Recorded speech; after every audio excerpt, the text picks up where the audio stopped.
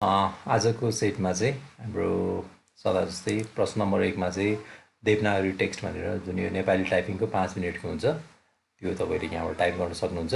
त्यसपछि प्रश्न नम्बर 2 मा चाहिँ तपाईँहरूले इङ्ग्लिस टाइपिङ 5 मिनेटको लागि हुन्छ, त्यो चाहिँ तपाईँले यहाँबाट टाइप गर्न सक्नुहुन्छ। त्यसपछि प्रश्न नम्बर 3 एमएस वर्ड प्रोसेसिङको हुन्छ। यसमा चाहिँ केही क्वेसन हुन्छ, त्यो तपाईँहरूले सोल्युसन गर्नुपर्ने हुन्छ। केही साथीहरूले चाहिँ प्र्याक्टिकल्ली पनि गरेर देखाइदिनुहोस् भनेको हुनाले मैले यो सेटमा चाहिँ कसरी गर्ने भनेर पनि जुन अलि इम्पोर्टेन्ट छ तिनीहरूलाई चाहिँ गरेर देखाउनेछु। जस्तै यो एमएस वर्डको लागि चाहिँ तपाईँहरूले जुन यो दिएको छ मैले यसलाई हाफ स्क्रिन गरेँ। हाफ स्क्रिनको लागि चाहिँ विन्डोसँग तपाईँले लेफ्ट एरो थिच्नुभयो भने यसरी हाफ स्क्रिन भएर बस्छ भने अब त्यसपछि मैले यतापट्टि वर्ड डकुमेन्ट खोलिरहेको छु। वर्ड प्रोसेसिङमा पहिलो क्वेसन के भनेको छ भने set page margin to normal 1 inch on all sides and line spacing to 1.5 भनेको छ।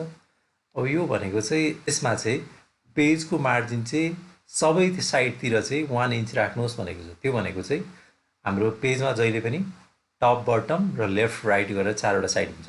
टप बटम लेफ्ट राइट भनेर 4वटा साइड हुन्छ। त्यो 4वटा साइडको चाहिँ मार्जिन चाहिँ कति छोड्नु भनेको छ भने 1 इन्च छोड्नु भनेको छ। अब त्यो चाहिँ कसरी छोड्ने त, मैले यसलाई ठुलो गरेँ फुल स्क्रिन। त्यसको लागि चाहिँ तपाईँहरूले सिधै एकदम छोटो तरिका भनेको यो देखिरहेको रुलर छ, यो माथिपट्टि होरिजेन्टल रुलर छ भने यो लेफ्ट साइडपट्टि चाहिँ भर्टिकल रुलर छ। यो रुलरको कुनै यो साइडतिर गएर दुईचोटि क्लिक गरिदिनुहोस्। चाहिँ मैले एकदम छिटो हुने प्रोसेस भनिरहेको छु। अब यो डबल क्लिक गर्ने बित्तिकै सिधै पेज सेटअप खुल्छ। यो पेज सेटअप खुलिसकेपछि तपाईँलाई टप बटम लेफ्ट राइट अर्थात् यो पेजको चारैतिरको साइडमा चाहिँ 1 इन्च मार्जिन छोड्नुहोस् भनेको थियो क्वेसनले। अब यो यहाँनिर मैले अलरेडी यसमा डिफल्ट रूपमा आइरहेको छ।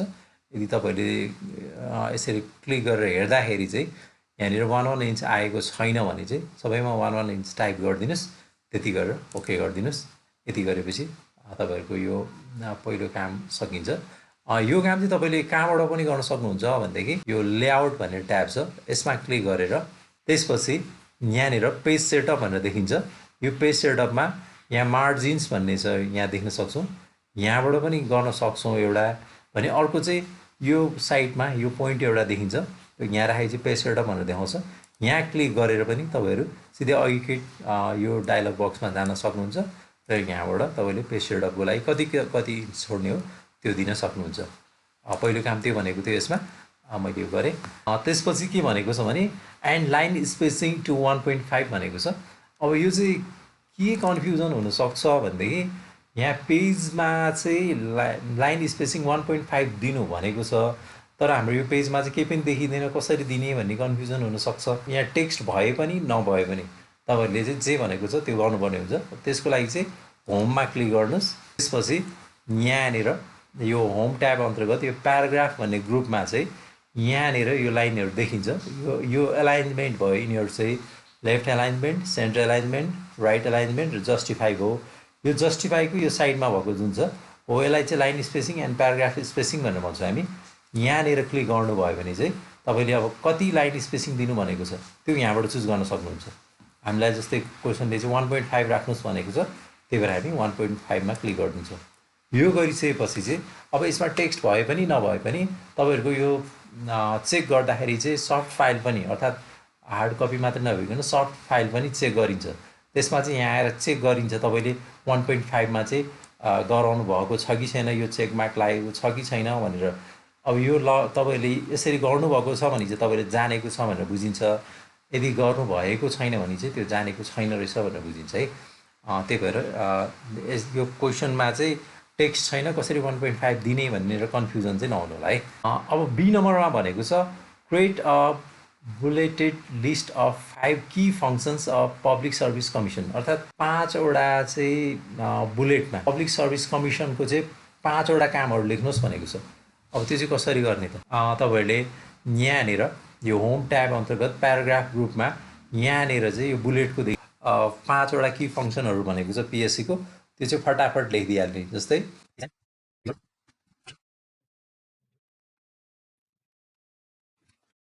अब 5वटा कामहरू भनेको छ, त्यो चाहिँ तपाईँले यसरी फटाफट के हुन्छ आफ्नो दिमागमा जे आउँछ त्यो चाहिँ फटाफट यसरी लेखिदिनु पर्ने हुन्छ। यसरी लेखिसकेपछि यो 5 वटा बुलेटमा लेख्ने काम पनि सकियो। अब त्यसपछि चाहिँ सी नम्बर भनेको छ convert the Nepali type paragraph into 2 columns news paper style भनेको छ। अब यसको लागि चाहिँ तपाईँहरूले फर्स्ट नम्बरमा जुन नेपाली टाइपिङ गरेको हुन्छ त्यो टेक्स्टलाई चाहिँ कपी गरेर ल्याउनु पर्ने हुन्छ। मैले चाहिँ अहिले यहीँबाट कपी गर्दैछु। मैले यसलाई यहीँबाट कपी गरेँ। त्यसपछि सेकेन्ड प्याराग्राफमा भनेको छ इन्टर प्रेस गरिदिनुहोस्, फेरि एकचोटि इन्टर प्रेस गरिदिनुहोस्। दुईचोटि प्रिन्ट गरिसकेपछि अर्को प्याराग्राफमा जम्प हुन्छ। यो चाहिँ बुलेटमा भएको भएर दुईचोटि इन्टर गर्नु पऱ्यो। एकचोटि इन्टर हान्दाखेरि चाहिँ बुलेट नै आउँछ भने अर्कोचोटि हानेपछि चाहिँ अर्को प्याराग्राफमा जान्छ र यहाँनिर पेस्ट गरिदिनुहोस्। मैले चाहिँ पिडिएफबाट कपी गरेको हुनाले यस्तो आएको छ। यो चाहिँ तपाईँहरूले करेक्सन गर्न सक्नुहुन्छ। ओके, हामीलाई यसमा के भनेको छ भने convert the Nepali type paragraph into 2 columns news paper style भनेको छ। यो जुन नेपाली टाइप गरेको टेक्स्टलाई हामीले यहाँ कपी पेस्ट गरिसकेपछि अब यसलाई चाहिँ दुईवटा कलममा लैजानको लागि त्यसको लागि चाहिँ अब हामी यो माथिपट्टि लेआउट भन्ने ट्याबमा फेरि क्लिक गर्छौँ।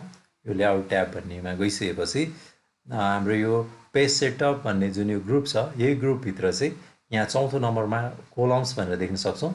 यसको तलपट्टि पोइन्टमा क्लिक गर्नुभयो भने यहाँनिर चाहिँ कतिवटा कोलममा लाने भनेर यहाँ देखाइरहेको हुन्छ। अब मैले यहाँनिर 2 मा क्लिक गरिदिएँ। अब यो गर्दा चाहिँ के हुन्छ भनेदेखि हाम्रो यो नेपाली टाइप गरेको टेक्स्ट चाहिँ कतिपयले चाहिँ धेरै टाइप गर्न नसकेको कन्डिसन पनि हुन्छ।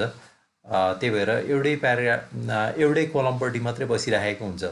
अर्थात् हामीलाई दुईवटा कोलम भनेको थियो, एउटा कोलममा बसिरहेको हुन्छ। थोरै टाइप भएको टेक्स्टलाई पनि हामीले अर्को कोलममा लैजानको लागि चाहिँ यहाँनिर कुनै एउटा प्याराग्राफको बिचतिर बसेर, जस्तै मैले माउसको कर्सर यहाँ राखेँ र यहाँनिर बसेर किबोर्डमा चाहिँ तपाईँले सर्टकट की कन्ट्रोल सिफ्ट र इन्टर प्रेस गरिदिनु भयो भने अर्को जुन यो कोलम छ त्यतापट्टि जम्प गर्छ र यसलाई यहीँबाट प्रेस इन्टर गरेर हेराउन सक्नुहुन्छ यसको बराबर लेभलमा।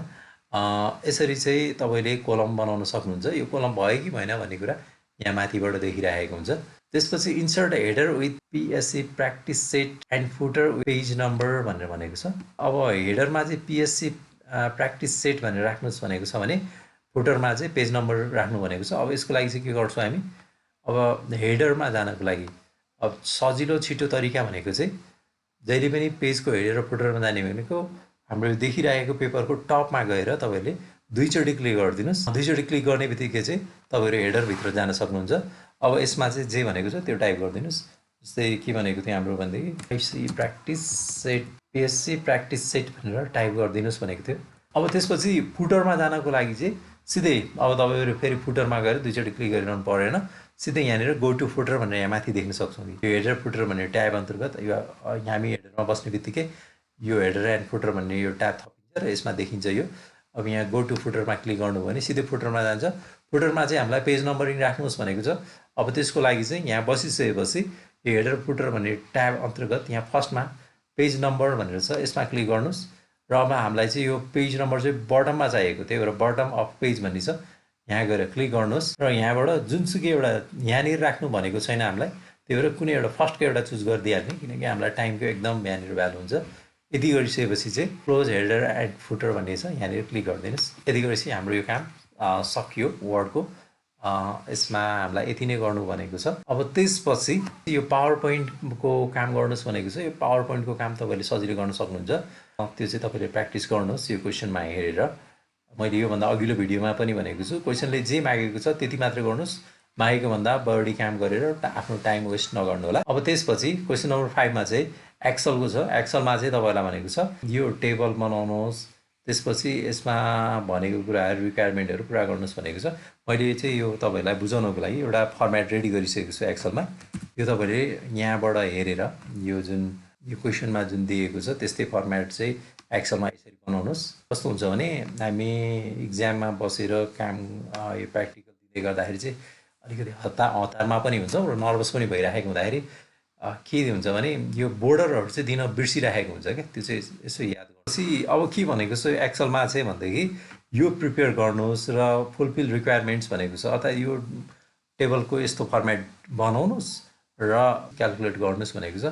मैले यहाँ भ्यालुहरू अलिअलि फरक परेछ। यसमा टोटल अमाउन्ट निकाल्नुहोस् भनेको छ, क्वान्टिटी इन्टु रेट गरेर भनेको छ। यसरी चाहिँ दिँदैन क्वेसनले, सिधै तपाईँलाई टोटल अमाउन्ट निकाल्नुहोस् र म्याक्सिमम रेट निकाल्नुहोस् भनेर भन्छ। अब यहाँनिर चाहिँ हेर्नुहोस् है, म्याक्सिमम रेट भनेको छ, यो अलिक ट्रिकी क्वेसन छ। यस्तो क्वेसनहरूबाट चिप्लिने सम्भावना धेरै हुन्छ। जस्तै टोटल अमाउन्ट निकाल्नलाई त केही छैन, हामीले सिधै के गर्छौँ, यहाँ बस्छौँ, टोटल अमाउन्ट निकाल्नलाई इक्वल्स टु गर्छौँ।